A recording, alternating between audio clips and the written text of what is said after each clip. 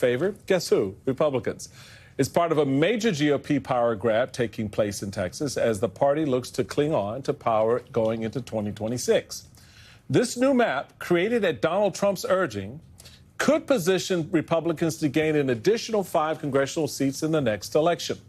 Members of the state legislature's redistricting committee are expected to discuss the map further this Friday, and it could pass in the legislature as soon as this weekend. But Democrats are demanding oversight. Today, our next guest, Senator Alex Padilla, urged the Office of Special Counsel to investigate whether Trump political appointees in the White House, or Justice Department for that matter, violated the Hatch Act by urging Texas and other red states to redraw their maps with the explicit goal of electing more Republicans to Congress. And Senator Padilla joins us now. He's a member of the Senate Judiciary Committee. Senator, thanks for joining us. We know the Office of Special Counsel, this White House, submitted a new name to lead up that office, a Trump loyalist, some may say sycophant. Do you really believe that the Office of Special Counsel under this administration would do an investigation into this? Look, I know there's questions and whether they may or may not actually do the job of investigating, which, by the way, they have confirmed they have opened an investigation. But it is one step to document what's happening that should lead to accountability. But just because there's a doubt whether they will or not doesn't mean that we should not do our job. Right. And so that's one of the big red flags of what's going on here. The Hatch Act, existing federal law, is very clear. Not the president, not senior administration officials, nobody at the Department of Justice should use their position or federal resources to advance a partisan political agenda or effort. But that's exactly what they're doing, right? They're not even trying to hide it. Well, they said out loud. They're saying it out loud. They're using the bullhorn. Right. Go get me 5 Republican seats in Texas. And they're using federal resources and personnel working in partnership with Republican leadership in Texas to try to do just that. It's a huge violation.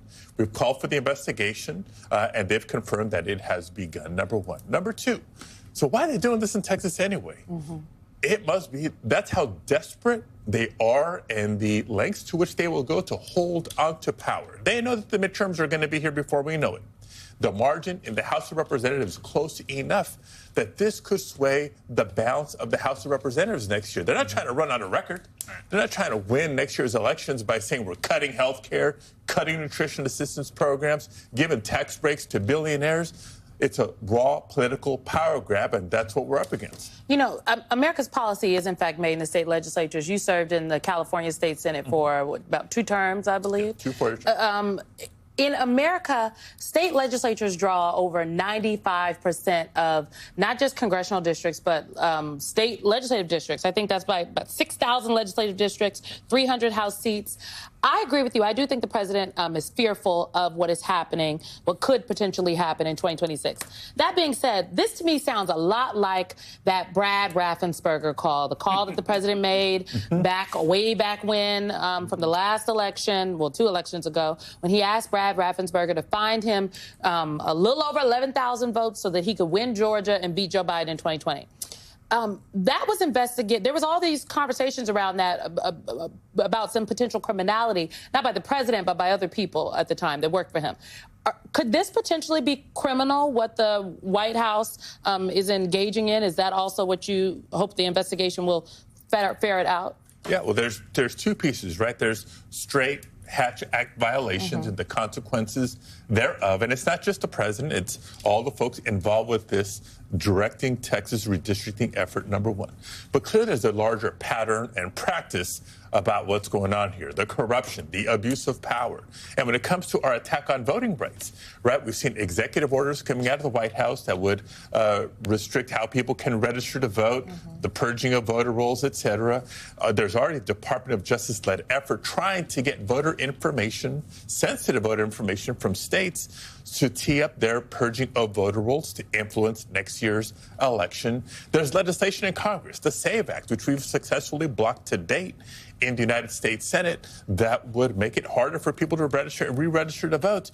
But this redistricting, mid-decade redistricting, sheer power grab is part of that comprehensive strategy that we're up against. So I agree 1,000% with where your head is on this. for a number of reasons. And the first is a question that, Simone sort of triggers in my head from what she's put on the table and your actions. Who told Texas Republicans to do this? Folks, y'all need to understand. I know a little bit about this space because I don't know if he's going to say it. Michael Steele is. I'm going to say it. Michael Steele is the reason that Republicans control so many state legislatures today. The Red Map Project from 2010. That's how they grabbed all these state legislatures and grabbed all the power. I remember even though they ain't won a popular vote except in 2 elections out of the last 25 years. You win the ones that matter. Okay, just want to put it on the table. And the ones that matter is state legislatures because they're the ones that draw the maps. That's why I targeted and won 1,000 legislative seats in 2010. That's the political calculation. But here's where, for me, this becomes important. Because, Senators, there is a process. We do this every 10 years. It's laid out in our Constitution and in our documents how this process should work. You have now a political party that's interrupting that or breaking that process by injecting, for purely political purposes, as you said, gaining and controlling power.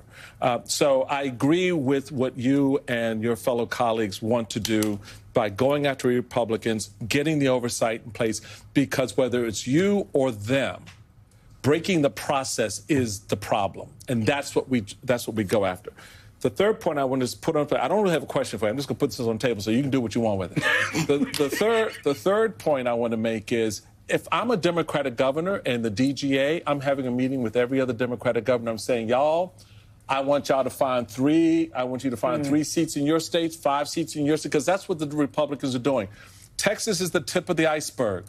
This is incrementalism. You're going to see 3, 5, 7, 8 seats popping up, and suddenly, instead of a 5-seat majority they're going for, it's a 40-seat majority over 6 states. So that's where I see this. How do you